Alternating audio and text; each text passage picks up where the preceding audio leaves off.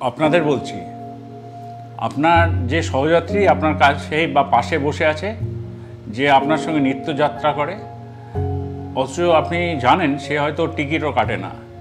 এইখানেই আমরা পূর্ব রেলের তরফ থেকে একটা স্পেশাল ড্রাইভ নিচ্ছি। এই যে সহযাত্রীরা টিকিট কাটছেন না, আপনার সহযাত্রীরা, তাদেরকে একটু বলে রেখে দিন যে কোনো দিন যে কোনো মুহূর্তে, যেমন ধরুন তালদি থেকে আমরা হয়তো চাপবো টিকিট চেকিং স্কোয়াড সন্ধ্যে 6টায় বা 7টার সময়, তখন ধরা পড়লে কিন্তু সমাজে মান ইজ্জত একদম ধুয়ে যাবে, খারাপ লাগবে সবারই। বা এটাও হতে পারে আমরা যারা হাওড়া ডিভিশনের যাত্রী তাদের কথাও বলছি, তাদের জন্য আমরা হয়তো আরামবাগে চাপলাম, মানে এমন একটা লোকেশনে চাপবো যেখানে হয়তো মানে কোনো দিন আশাও করেননি মানুষজন যে আমরা টিকিট চেকিংয়ের জন্য ওই সন্ধ্যাবেলায় 7টা বা 8টার সময় আমরা টিকিট চেকিং করব।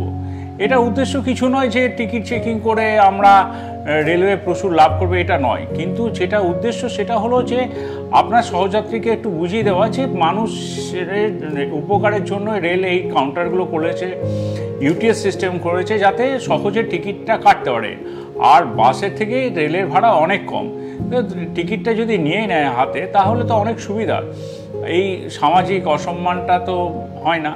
যেমন আমরা এটাও ভেবেছি যে ঝাপটার ঢাল বা ওইদিকে কাটোয়া, এরকম ছোট ছোট লোকেশন ধরে আমরা চেপে যাব, চেপে গিয়ে বা ওইদিকে লালগোলায় চেপে যাব, বা ধরুন এখানে কুলটিতে চাপলাম, এরকম করে আমরা বিভিন্ন জায়গায় ছোট ছোট করে আমরা এবার টিকিট চেকিং শুরু করছি পূর্ব রেলের তরফ থেকে। শুধু আপনাদের কাছে এটা বিনীত অনুরোধ, আপনার সহযাত্রী যে টিকিট কাটছে না তাকে টিকিট কাটান, মাত্র 5 থেকে 10 টাকা মাত্র ভাড়া, যেখানে বাসে অন্তত 50 টাকা, 70 টাকা, 100 টাকাও বাস ভাড়া হয়ে যায় সেই সমদূরত্ব জার্নি করতে গেলে। আবারও বলছি, রেলের কোনো উদ্দেশ্য নেই যে টিকিট চেকিংয়ে থেকে আর্নিংস বাড়ানো। রেলের একটাই উদ্দেশ্য যে সব মানুষই টিকিট কেটে চলুন এবং রেলের সঙ্গে সহযোগিতা করুন। ধন্যবাদ। আপনার যে সহযাত্রী আপনার কাছে বা পাশে বসে আছে, যে আপনার সঙ্গে নিত্যযাত্রা করে, অথচ আপনি জানেন সে হয়তো টিকিটও কাটে না। এইখানেই আমরা পূর্ব রেলের তরফ থেকে একটা স্পেশাল ড্রাইভ নিচ্ছি। এই যে সহযাত্রীরা টিকিট কাটছেন না, আপনার সহযাত্রীরা, তাদেরকে একটু বলে রেখে দিন যে কোনো দিন যে কোনো মুহূর্তে, যেমন ধরুন তালদি থেকে আমরা হয়তো চাপবো টিকিট চেকিং স্কোয়াড সন্ধ্যে 6টায় বা 7টার সময়, তখন ধরা পড়লে কিন্তু সমাজে মান ইজ্জত একদম ধুয়ে যাবে, খারাপ লাগবে সবারই। বা এটাও হতে পারে আমরা যারা হাওড়া ডিভিশনের যাত্রী তাদের কথাও বলছি, তাদের জন্য আমরা হয়তো আরামবাগে চাপলাম, মানে এমন একটা লোকেশনে চাপবো যেখানে হয়তো মানে কোনো দিন আশাও করেননি মানুষজন যে আমরা টিকিট চেকিংয়ের জন্য ওই সন্ধ্যাবেলায় 7টা বা 8টার সময় আমরা টিকিট চেকিং করব।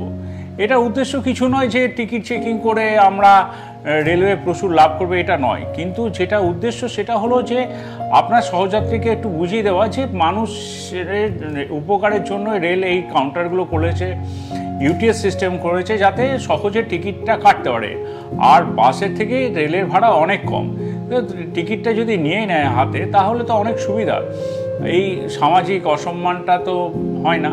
যেমন আমরা এটাও ভেবেছি যে ঝাপটার ঢাল বা ওইদিকে কাটোয়া, এরকম ছোট ছোট লোকেশন ধরে আমরা চেপে যাব, চেপে গিয়ে বা ওইদিকে লালগোলায় চেপে যাব, বা ধরুন এখানে কুলটিতে চাপলাম, এরকম করে আমরা বিভিন্ন জায়গায় ছোট ছোট করে আমরা এবার টিকিট চেকিং শুরু করছি পূর্ব রেলের তরফ থেকে।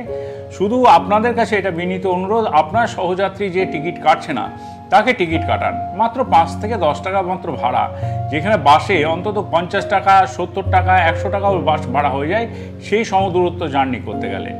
আবারও বলছি, রেলের কোনো উদ্দেশ্য নেই যে টিকিট চেকিংয়ে থেকে আর্নিংস বাড়ানো। রেলের একটাই উদ্দেশ্য যে সব মানুষই টিকিট কেটে চলুন এবং রেলের সঙ্গে সহযোগিতা করুন। ধন্যবাদ।